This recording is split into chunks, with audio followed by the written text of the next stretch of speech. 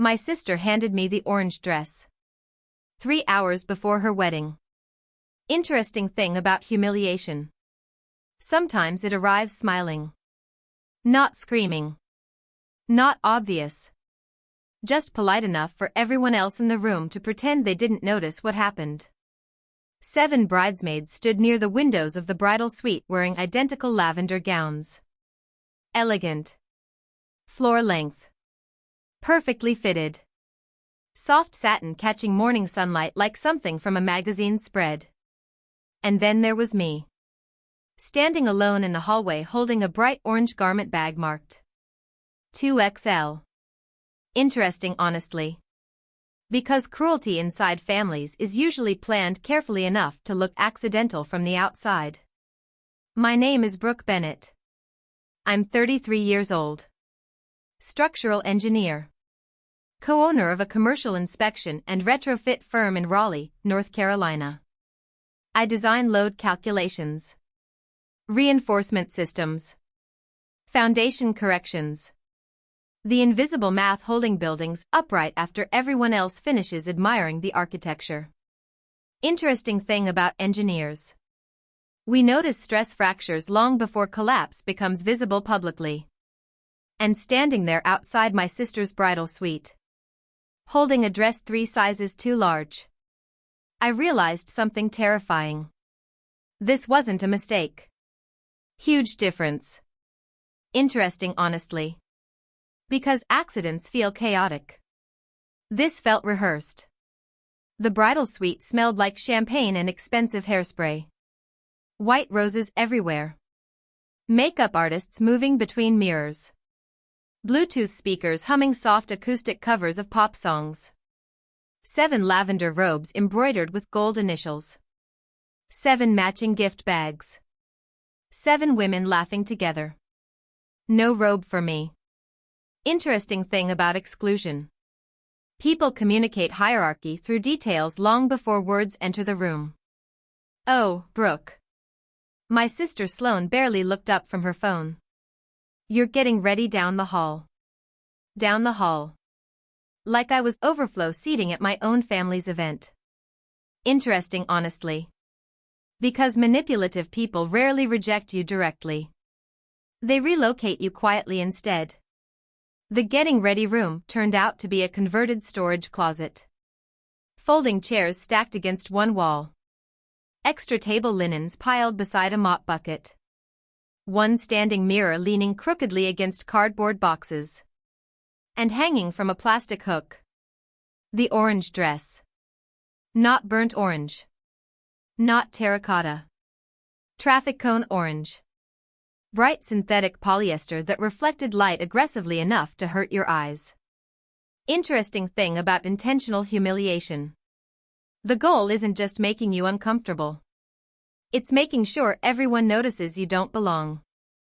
I unzipped the garment bag slowly. The dress slid into my hands heavy and shapeless. The shoulders drooped. The waist hung loose enough for 2 people. Size 2XL. I wear a small. I checked the tag twice anyway. Interesting honestly. Because denial lasts a few seconds longer when the truth feels ridiculous. I carried the dress back into the bridal suite. Sloane. She glanced up finally. This can't be mine. Tiny pause. It's enormous. Sloane tilted her head slightly. Perfect hair already curled. Perfect makeup already finished. Perfect practiced expression. It was the only one left. There it was. The lie. Interesting thing about family lies. They're usually delivered calmly because the speaker expects support from the room automatically. Behind Sloane, Aunt Renee adjusted her lavender sash in the mirror. Without turning around, she said, "Stop being dramatic, Brooke." That phrase. God. Interesting honestly. Because dysfunctional families choose one sentence and use it like duct tape over every inconvenient truth. Stop being dramatic. Translation. Stop noticing. Stop reacting. Stop making our cruelty visible. 7 bridesmaids heard it. 7 bridesmaids saw the orange dress. Not one spoke. Interesting thing about group behavior. Silence becomes participation frighteningly fast. I looked around the room carefully. Matching lavender gowns. Matching satin shoes. Matching bouquets laid neatly across the couch. And suddenly, I understood something horrible. They already knew. Huge difference. Interesting, honestly. Because forgetting someone's dress is an accident. Designing one person to look ridiculous beside 7 coordinated women requires planning. I went back into the storage room, closed the door, and tried the dress on anyway. The waist sagged immediately. The neckline slipped off one shoulder. The hem dragged across the floor like a theater curtain. I dug through my travel makeup bag until I found safety pins. 3 of them. One snapped instantly. One bent sideways. The third barely held the fabric together near my ribs. Interesting thing about survival mode. People raised in toxic families become incredibly skilled at repairing damage they didn't cause. I stood in front of the crooked mirror staring at myself. Orange polyester. Bunched fabric. Pinned waist. Shoulders too wide. Like someone trying to disguise humiliation as clothing. And honestly, for one dangerous second, I almost believed what the dress was trying to say about me. Interesting, honestly. Because repeated emotional rejection eventually starts sounding factual inside your own head. I found my mother in the hallway outside the ballroom. Diane Bennett. 58 years old. Pearl earrings. Slate blue designer suit. The kind of woman who practiced smiling in mirrors before fundraisers. She adjusted a flower girl's ribbon while checking seating arrangements simultaneously. Multitasking image management. Her favorite skill. Mom. She didn't look up. The dress doesn't fit. Still nothing. It's huge. And orange. Now she looked at me. Patient expression activated immediately. The expression she used whenever I became inconvenient publicly. Interesting thing about manipulative mothers. They rehearse calm specifically to make your emotional reaction look irrational afterward. There weren't enough lavender gowns. I saw extras hanging in the bridal suite. Tiny pause. Those blue eyes hardened almost invisibly. Those are for emergencies. This is an emergency. She smiled then. Not warmth. Control. Brooke. Long sigh. Don't ruin your sister's day. Interesting, honestly. Because toxic parents frame fairness as selfishness whenever accountability threatens family optics. I'm asking for a dress that fits. And I'm asking you to behave like an adult. There it was. Not a misunderstanding. A warning. Interesting thing about emotionally abusive families. Eventually the cruelty stops hiding behind politeness completely. She straightened the flower girl's bow carefully. Then added, "Nobody's looking at you anyway." And walked away. Interesting, honestly. Because sometimes the sentence that hurts most is the one meant to sound smallest. Nobody's looking at you anyway. I stood alone in the hallway holding the orange fabric against my body while guests drifted through the venue carrying flowers and champagne glasses. And suddenly, I remembered my grandmother Ruth. Huge difference. Interesting thing about trauma. Your brain reaches for the safest memory available once humiliation becomes unbearable. Grandma Ruth Draper raised 5 children in a 2-bedroom farmhouse outside Raleigh. 1 bathroom. Vegetable garden bigger than the living room. Hands permanently rough from years of sewing quilts and washing laundry by hand. She used to say something constantly whenever fabric didn't fit right. Clothes should serve people. Pause. Not embarrass them. Interesting honestly. Because loving people notice discomfort instinctively. When Grandma Ruth got sick. Emphysema first. Stroke second. I moved into her house at 28 years old. Rearranged my work schedule. Managed medications. Cooked meals. Learned oxygen machine maintenance from hospice nurses at 2 in the morning. 3 years. 3 full years. Interesting thing about caretakers. The people doing the hardest work usually receive the least public credit afterward. Sloane visited twice. Thanksgiving once. Then briefly 6 months later because she needed Grandma Ruth to co-sign paperwork for a car loan. Mom came during holidays. Dad called Sundays. But I was there. Every single day. And standing there inside that wedding venue. Wearing a dress chosen specifically to humiliate me. I remembered overhearing Sloane at rehearsal dinner the night before. Interesting honestly. Because lies become harder to ignore once patterns start connecting. She stood beside Daniel Whitlock's great-aunt sipping champagne. Laughing softly. And saying. When I took care of my grandmother during hospice. My grandmother. My hospice nights. My exhaustion. My grief. Stolen and repackaged like wedding decor. At the time. I convinced myself I misheard. Because accepting the truth meant accepting something uglier about my family than I was emotionally prepared to admit. Interesting thing about responsible daughters. We excuse cruelty repeatedly because admitting reality feels more painful than denial initially. The wedding guests began arriving around 3:30. Luxury cars rolling beneath the vineyard entrance. Women in silk dresses stepping carefully across stone walkways. Men adjusting cufflinks and checking watches. Old Virginia money everywhere. The Whitlocks owned vineyards across Shenandoah Valley. Land. Trusts. Buildings named after grandparents. The kind of wealth that speaks quietly because it never needed permission to exist. And somewhere inside that world, my sister desperately wanted permanent membership. Interesting honestly. Because insecure people don't just want admiration. They want access. The ceremony took place in the Whitlock family garden. White roses climbing a stone archway. Boxwood hedges trimmed perfectly. 200 chairs arranged across manicured grass. And at the very edge of the bridal lineup stood me.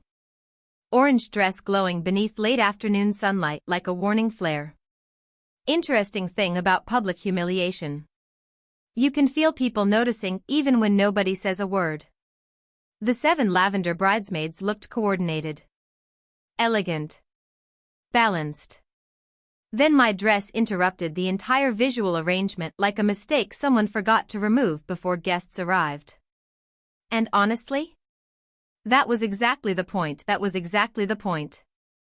Interesting thing about calculated humiliation.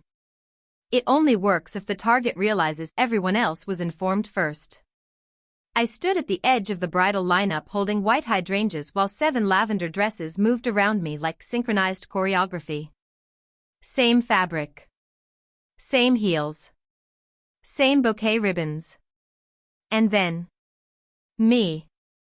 Orange polyester glowing beneath vineyard sunlight like a construction cone dropped into a perfume ad. Interesting honestly. Because cruelty becomes most obvious once symmetry gets interrupted intentionally. The string quartet started playing. Guests turned toward the aisle. And suddenly, I became hyper-aware of my body. The safety pins digging into my ribs. The loose shoulders slipping downward. The hem wrapping around my ankles every time I shifted weight. Interesting thing about shame. Your nervous system starts treating fabric like evidence. The procession began. 7 lavender bridesmaids walked first. Soft satin. Perfectly measured steps. Beautiful photographs waiting to happen. Then me. Interesting honestly. Because public exclusion works best when it arrives one person at a time. I saw guests notice. Not dramatically. Tiny reactions. Brief glances.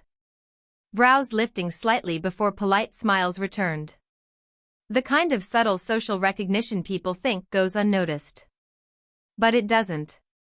Not when you're the person being separated visually from everyone else. Huge difference. And sitting in the third row? Margaret Whitlock watched the entire procession without blinking. Interesting thing about observant people. They notice patterns faster than explanations. Margaret Whitlock was 79 years old. Silver hair. Pearl-handled cane. Posture straight enough to intimidate politicians. She sat beside the Whitlock family like the quiet center of gravity holding the entire dynasty together. And unlike everyone else, she wasn't watching Sloane. She was watching me. Interesting, honestly. Because intelligent people track the outlier first. The ceremony itself was beautiful. Of course it was. Sloane had engineered beauty meticulously for nearly a year. White roses. Perfect vows. Golden sunset arriving exactly on schedule behind the Vineyard Hills. Daniel's voice cracked reading his vows. Guests dabbed tears carefully with embroidered handkerchiefs. And beside the bridal arch, I stood in an orange dress trying not to disappear psychologically. Interesting thing about emotional isolation. It becomes loudest during other people's happiness. The safety pin shifted midway through the vows. Tiny metallic pop near my ribs. The fabric loosened immediately. I pressed my elbow against my waist carefully so the dress wouldn't sag visibly. Nobody noticed.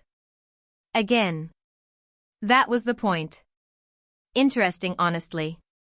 Because toxic families rarely humiliate you through direct attack. They arrange circumstances where your discomfort looks self-created instead. After the ceremony, the photographer gathered everyone near the stone staircase for portraits. Tall guy. Man bun. Camera lens the size of a telescope. Fast-moving energy. The kind of wedding photographer trained to manage chaos while pretending everything is effortless. Lavender dresses front row. He positioned the 7 bridesmaids carefully. Then looked at me. Pause. Orange dress. Orange dress. Not Brooke. Interesting thing about public humiliation. Eventually people stop using your name because the role becomes more important than the person. You can stand behind the groomsman. I moved. He snapped 6 photos. Then frowned slightly. Actually. Tiny gesture toward the side hedge. You're catching weird color reflection. Interesting, honestly. Because once one person labels you visually disruptive, others begin adjusting around you automatically. I stepped farther sideways. More photos. Then farther again. Until eventually, I stood completely outside the frame beside a trimmed boxwood hedge while my family posed without me. 32 photos. Not one included me. Interesting thing about exclusion. Eventually people stop pretending it's accidental. I watched Sloane laughing between poses. Perfect bride smile. Perfect posture. Perfect narrative control. And standing there alone near the hedge, I realized something devastating. The dress wasn't the punishment. Visibility was. Huge difference. Interesting, honestly. Because the goal wasn't making me ugly. The goal was making me unbelievable. My mother approached the photographer halfway through portraits. Whispered something quietly. He nodded immediately afterward. And never attempted to include me again. Interesting thing about enablers. They coordinate silence more efficiently than actual conspiracies sometimes. Cocktail hour started on the East Terrace. String lights overhead. Raw oyster bar. Jazz quartet drifting through vineyard air. Guests balancing champagne flutes beside marble cocktail tables. I found a quiet corner near the railing overlooking the hills.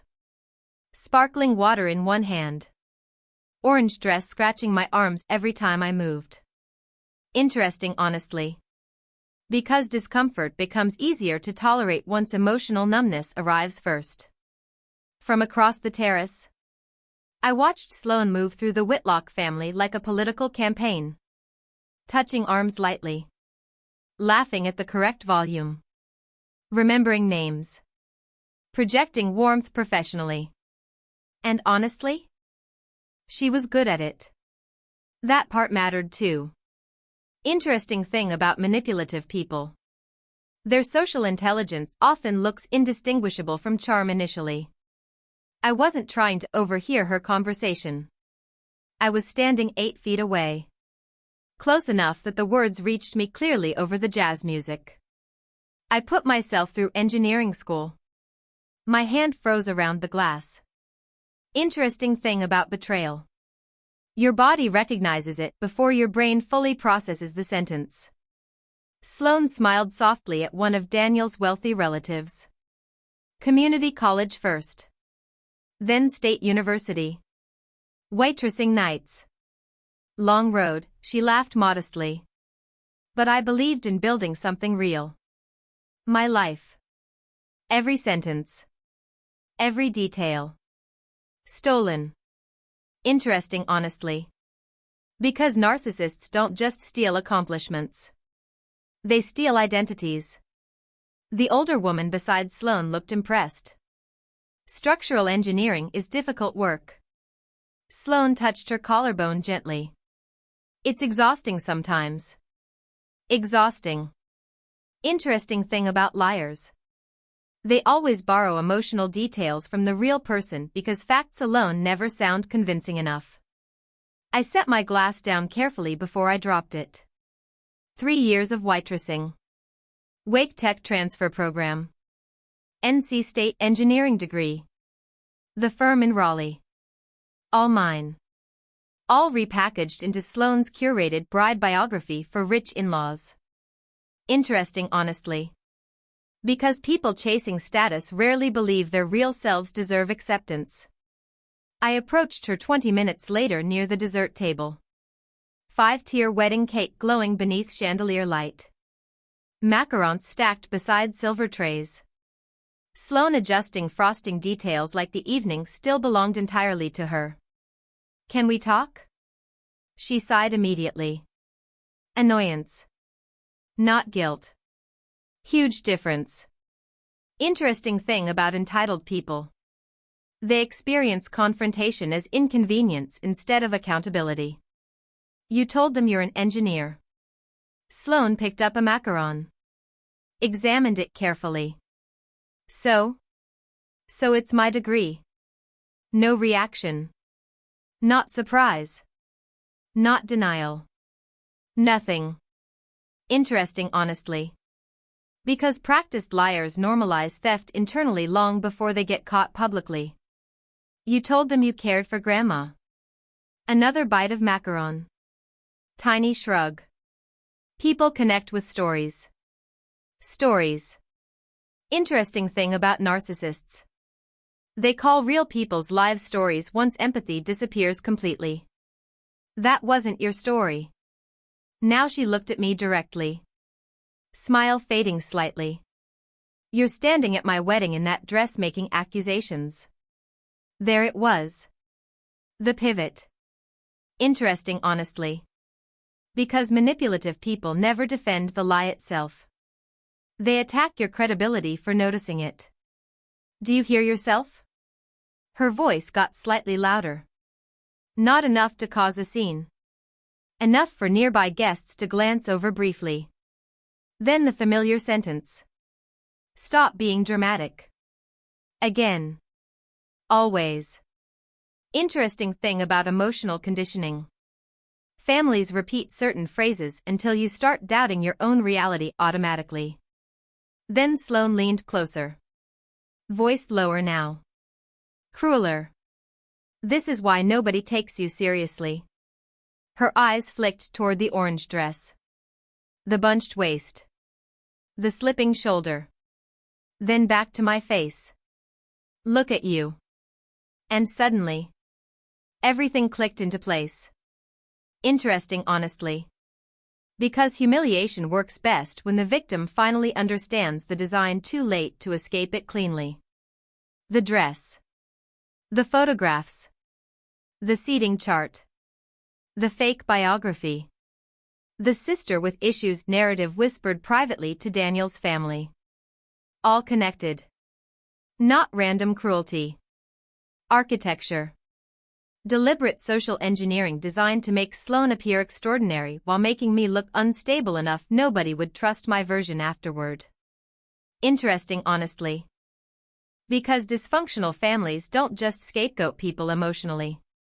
They build entire systems around discrediting them preemptively. I walked away before I said something irreversible. Past the champagne towers.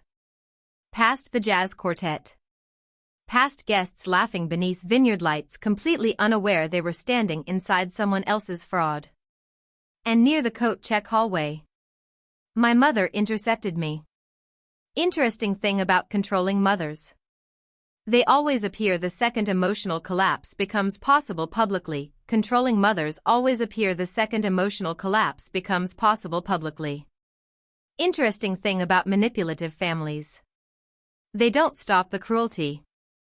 They manage the optics afterward.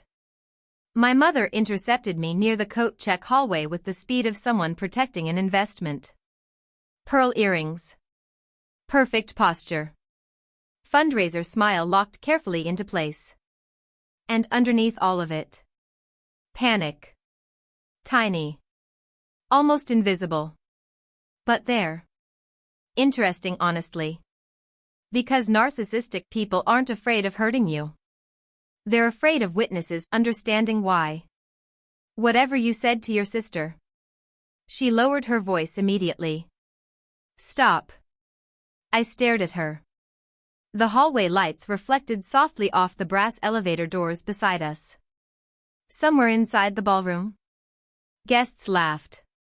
Glasses clinked. String quartet drifting through expensive air while my family quietly erased me in real time. Interesting thing about double lives. The contrast between public elegance and private cruelty eventually becomes nauseating. She's telling people she's a structural engineer. My mother smoothed imaginary wrinkles from her jacket sleeve. She needed to present a certain image. There it was. Not denial. Not confusion. Confirmation. Interesting, honestly. Because manipulative people accidentally tell the truth once they believe their justification sounds reasonable enough. She told them she cared for Grandma. Another sigh. Brooke. That tone. God. The exhausted mother tone. The one designed to make me sound emotionally difficult before I even responded. Interesting thing about emotional abuse.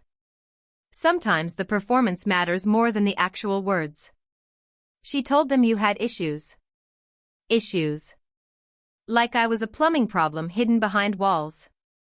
Something embarrassing. Manageable. Quietly inconvenient. Interesting, honestly. Because toxic families reduce your identity into vague dysfunction once specifics would make them look cruel. What exactly did she say? My mother glanced toward the ballroom instinctively. Checking visibility first. Always visibility. That after your grandmother died. Pause. You struggled. Struggled. Interesting thing about reputation destruction. They keep the language vague intentionally so people fill in worse details themselves. She told Daniel's family we became distant because of your emotional problems. Emotional problems. Interesting, honestly. Because successful women threaten dysfunctional family systems once independence becomes undeniable. I own a company. Not everyone needs to know that. The sentence hit harder than the dress somehow. Huge difference. Interesting thing about rejection.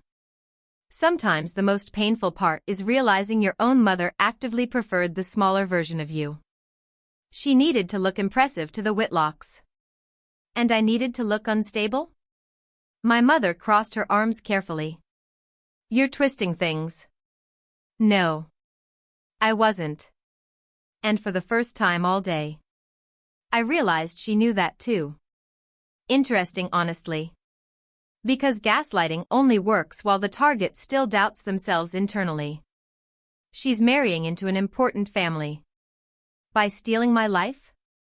My mother's expression hardened instantly. The softness disappeared. There she was. The real Diane Bennett. The woman beneath the polished charity luncheon exterior. You've always resented your sister. Interesting thing about narcissistic parents.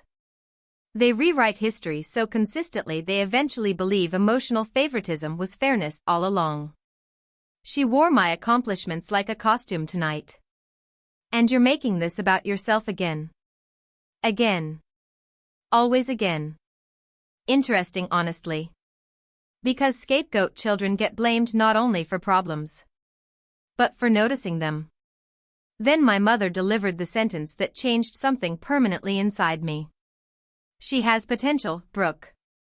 Potential. I actually laughed. Not loudly. Not dramatically. Just one exhausted, disbelieving breath. Interesting thing about awakening. It often sounds like laughter first.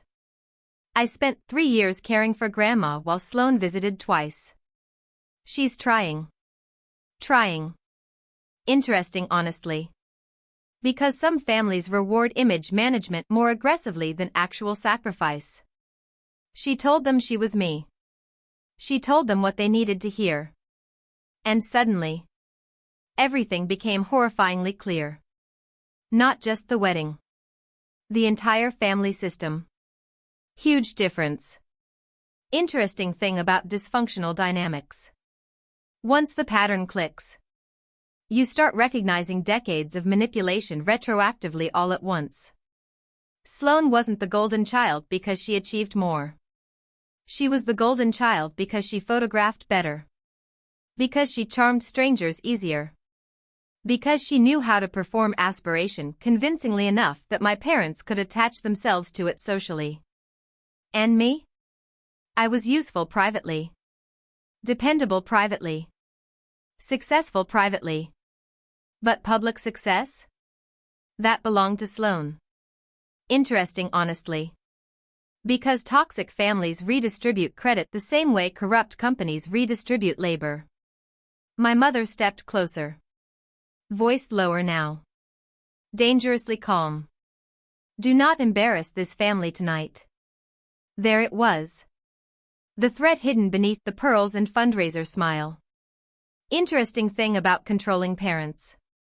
Their version of peace usually means your silence specifically. I'm not the one embarrassing this family. Her jaw tightened. Barely. But enough.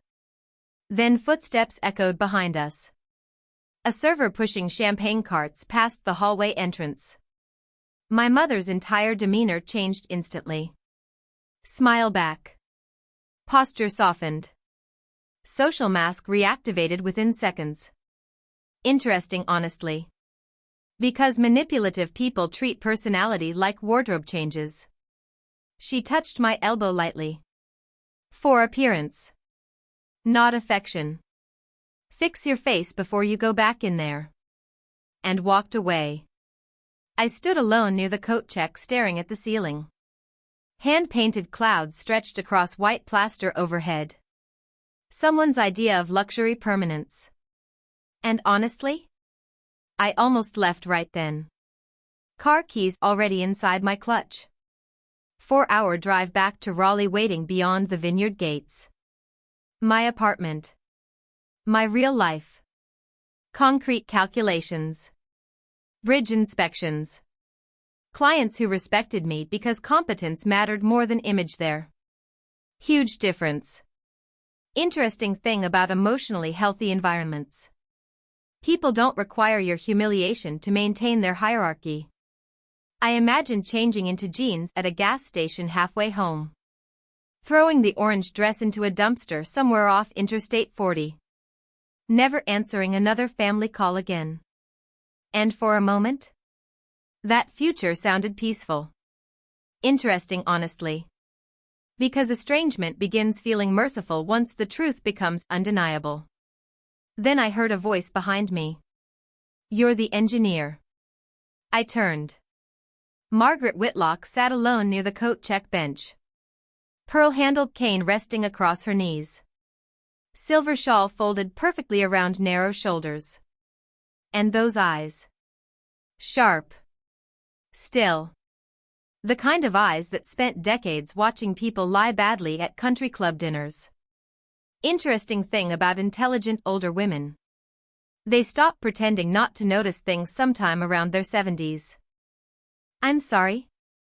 "Structural engineering." She tilted her head slightly. "Wake Tech transfer. NC State. Class of 2017. My pulse stumbled. "How do you know that?" Margaret's mouth twitched almost into a smile. "I don't sign trust documents without reading background reports carefully." Trust documents. Interesting, honestly. Because wealthy families investigate marriages the same way corporations investigate mergers. She studied the orange dress calmly. Then looked back at me. Interesting choice. Choice. I almost corrected her automatically. Then stopped.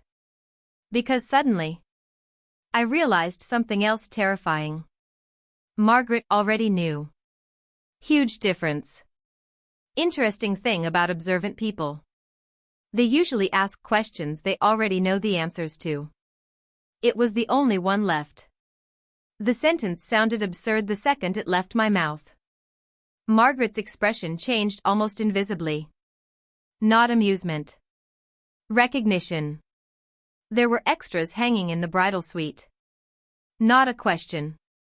Again. She already knew. Interesting, honestly. Because truth becomes obvious quickly once someone unbiased starts paying attention. The hallway fell quiet between us. Muted jazz from the ballroom. Servers passing with silver trays. And me standing there in an orange dress, finally understanding someone powerful had seen the entire thing clearly. Margaret tapped her cane lightly against the tile. 2 precise taps. Then she said, "I think you should stay for the toasts." Something cold moved through my stomach. "Why?" "You'll want to be here for what happens next." No drama. No explanation. Just certainty. Interesting thing about powerful people. They rarely over-explain once decisions are already made internally. Then Margaret stood carefully. Straightened her shawl. And walked back toward the ballroom without another word. Leaving me alone beside the coat check holding my car keys. And suddenly realizing the evening wasn't collapsing randomly anymore. It was shifting. And somewhere inside that ballroom, my sister still had absolutely no idea. My sister still had absolutely no idea. Interesting thing about collapse. The people causing it are usually the last ones to recognize the sound. I stood alone beside the coat check hallway holding my car keys while Margaret Whitlock disappeared back into the ballroom. "You'll want to stay for the toasts." That sentence replayed in my head immediately. Not because of the words themselves. Because of the certainty behind them.